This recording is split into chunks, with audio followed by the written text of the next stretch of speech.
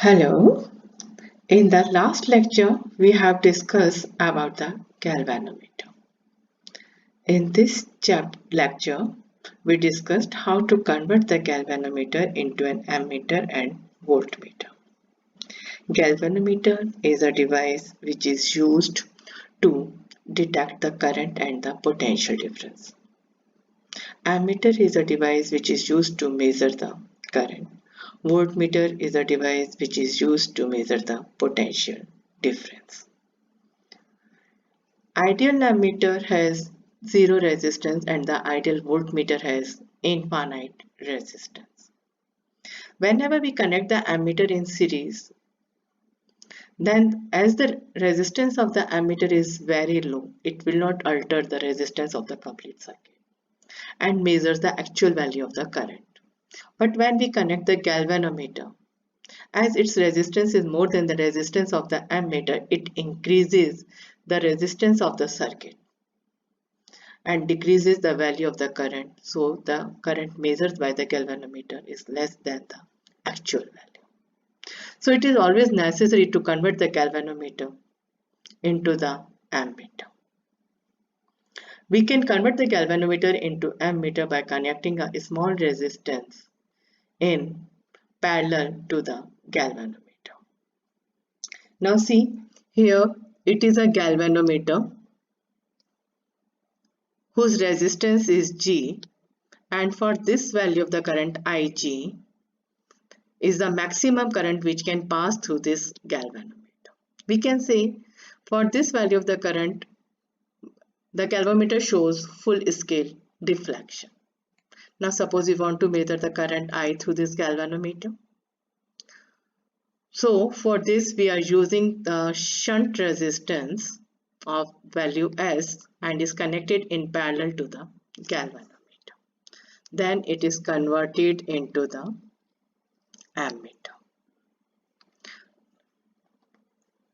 Right? Now the potential difference across the galvanometer is I into G. You know the potential difference is I into R. So Ig is the current passing through the galvanometer, G is the resistance. So the potential difference across this galvanometer is Ig into G. And the potential difference across the shunt, as I minus Ig current is flowing through it, resistance is S. So the potential difference is current into resistance. That is I minus Ig into S. So it is a potential difference across the shunt. It is a potential difference across the galvanometer, right? Now solve it for the value of S. For this is the value of the shunt connected in parallel to the galvanometer. Now the effective resistance. As the galvanometer G and shunt are in parallel, so the effective resistance is 1 upon G plus 1 upon S, that is R effective equals to G into S upon G plus S. Now conversion of the galvanometer to voltmeter. It is a galvanometer of resistance G. Ig is a maximum current passing through the galvanometer and it is converted into voltmeter when this value of the resistance is connected in series with the galvanometer. Now when this complete device is able to measure the potential difference, means when the resistance is connected in series with the galvanometer, then it is converted into the voltmeter. Now apply the Ohm's law in this circuit. When we apply the Ohm's law, we are getting this one.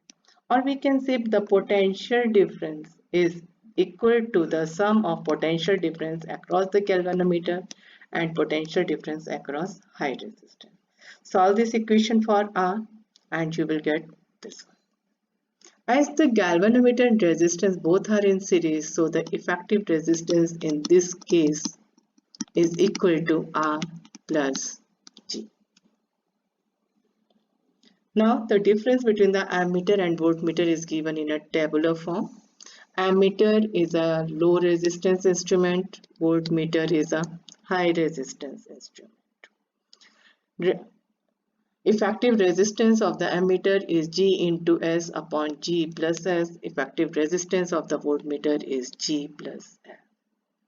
When this value of the resistance is connected in parallel, then ammeter is converted into the, galvanometer is converted into the voltmeter. When this value of the resistance is connected in series, then the galvanometer is converted into the voltmeter. Ammeter is always connected in series, voltmeter is always connected in parallel. Resistance of the ideal ammeter is 0, resistance of the ideal voltmeter is infinite.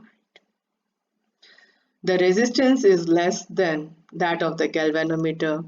Its resistance of the voltmeter is greater than the resistance of the galvanometer. It is not possible to decrease the range of the ammeter while the range of the voltmeter can be increased as well as can be decreased. Now it's time to do the questions. Now there is a galvanometer with a coil of resistance 12 ohm. It is the value G. Shows the full scale deflection for the current 2.5 milliampere. As it gives a full scale deflection, it means it is a maximum current, and don't forget to convert it into the ampere. Now how will you convert it into an ammeter of range? That is, the maximum current is 7.5 ampere.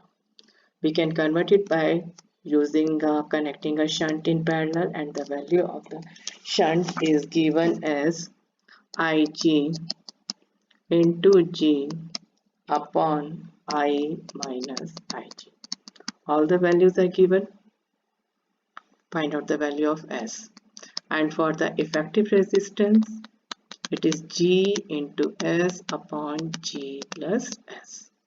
Now the second part, how can you convert it into a voltmeter of range 0 to 10 volt? By connecting a resistance in series, and the value of the resistance is given as V upon Ig minus G.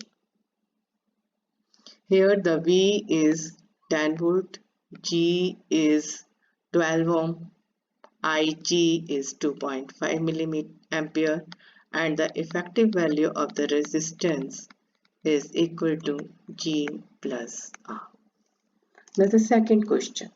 A moving coil galvanometer of resistance 10 ohm, this is the G, produces the full scale deflection when the current of 25 milliampere. 25 milliampere means 25 into 10 to the power minus 3 ampere. Describe how will you convert the galvanometer into voltmeter up to 120 volt. The value of V is 120 volt. Ammeter of reading up to 20 ampere, that is the value of I is 20 ampere. Hopefully you are able to do both the questions. Thank you.